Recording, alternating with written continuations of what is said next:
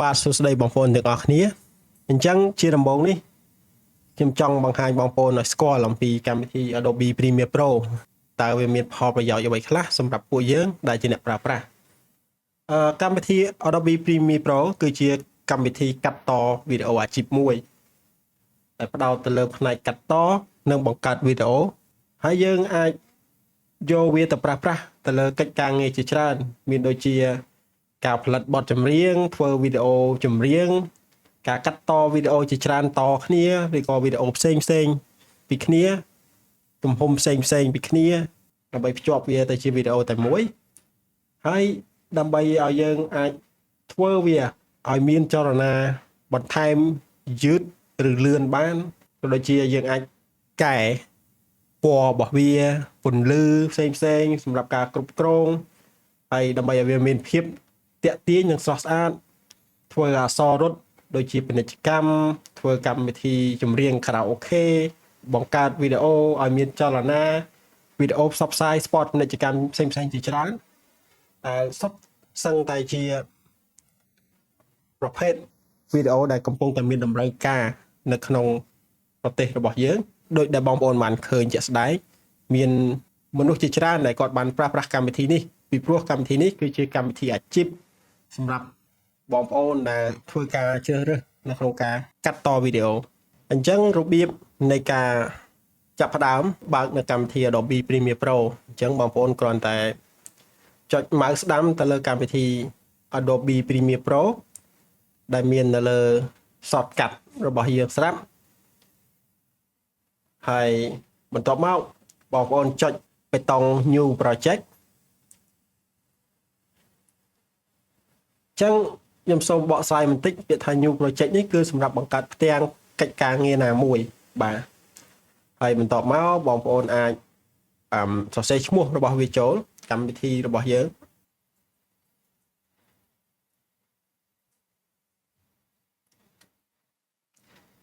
តបមកបងប្អូនអាចធ្វើការកំណត់ទៅលើទីតាំងបានមកខាងស្ដាំនេះមកមានពាក្យថា project location ហើយបងប្អូនខិតមកខាងក្រោមជ្រើសរើស choose location ហើយបងប្អូនចូលទៅក្នុង folder ដែលយើងបានរៀបចំដែលខ្ញុំបានបង្ហាញបងប្អូនពីខាងដើមមុនមកគឺ Premiere ហើយ select folder ហើយបងប្អូនអាច create folder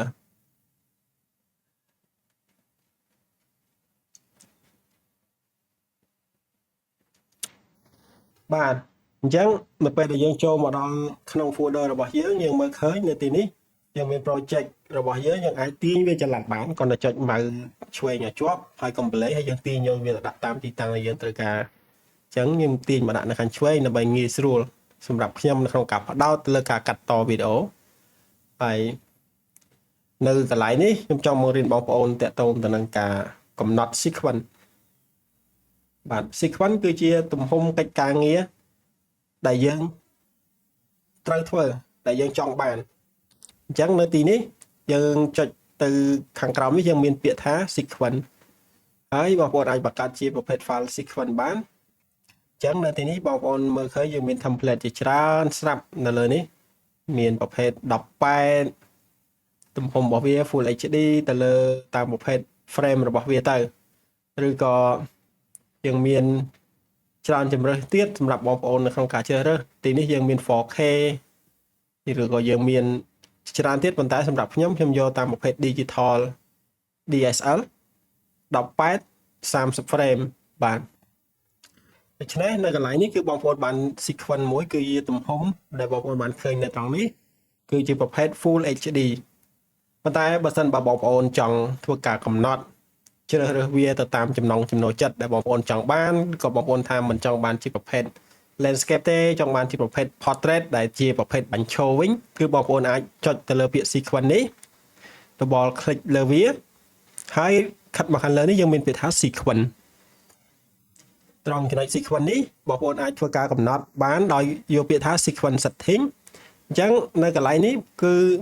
អនុញ្ញាតឲ្យបងប្អូននៅក្នុងការធ្វើការជ្រើសរើសកំណត់ទំហំដែលបងប្អូនចង់បានអញ្ចឹងជាទូទៅប្រភេទទំហំវីដេអូដែលយើងប្រើប្រាស់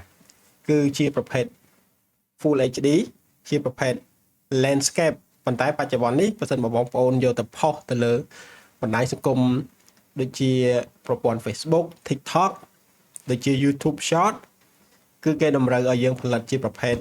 វីដេអូបញ្ឈរគឺវាបានផលជាងវីដេអូផ្ដេកដូច្នេះយើងអាចកំណត់បាននៅទីនេះបើសិនបងប្អូនមិនចង់ធ្វើវីដេអូផ្ដេកទេបងប្អូនអាចកំណត់វាទៅជាទំហំបញ្ឈរបានគឺយើងត្រឡប់វាពី19 20 18ទៅកាន់18 19 20ហើយនៅកន្លែងនេះគឺបងប្អូនអាចកំណត់ចំនួន frame របស់វាបានតើបងប្អូនចង់បានប៉ុន្មាន frame ទៅតាមការចង់បានរបស់បងប្អូនទៅយើងមានចាប់ពី10 frame រហូតដល់60 frame នៅលើនេះអញ្ចឹងនៅកន្លែងនេះខ្ញុំចង់បងប្អូនសាកល្បងទៅលើ30 frame សិនបាទប៉ុន្តែបើសិនបើករណីវីដេអូដែលមានចលនាលឿនយើងអាចដាក់វាឡើងរហូតដល់ទៅ60 frame ដើម្បីឲ្យវាមានភាព smooth ប៉ុន្តែនៅត្រង់ចំណុចចាប់ដើមដំបូងគឺចង់ឲ្យបងប្អូនរៀនជ្រើសរើស sequence ឲ្យបានត្រឹមត្រូវអញ្ចឹងនៅកន្លែងនេះបើសិនបើបងប្អូនចង់ត្រឡប់វាទៅជាវីដេអូបញ្ឈរគឺបងប្អូនអាចកែបានហើយដើម្បីបងប្អូនដាក់18 19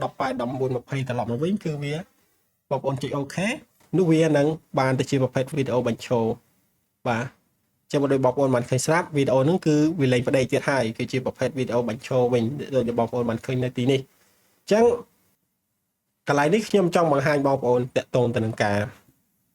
កំណត់ sequence ទៅតាមការចង់បានរបស់បងប្អូនឬក៏បងប្អូនចង់បានទំហំ 4K បងប្អូនអាចកំណត់ទំហំនៅលើនេះបានសាច់ទៅលើការចង់បានរបស់បងប្អូនប៉ុន្តែនៅទីនេះជាដំបូងខ្ញុំចង់បង្រៀនបងប្អូន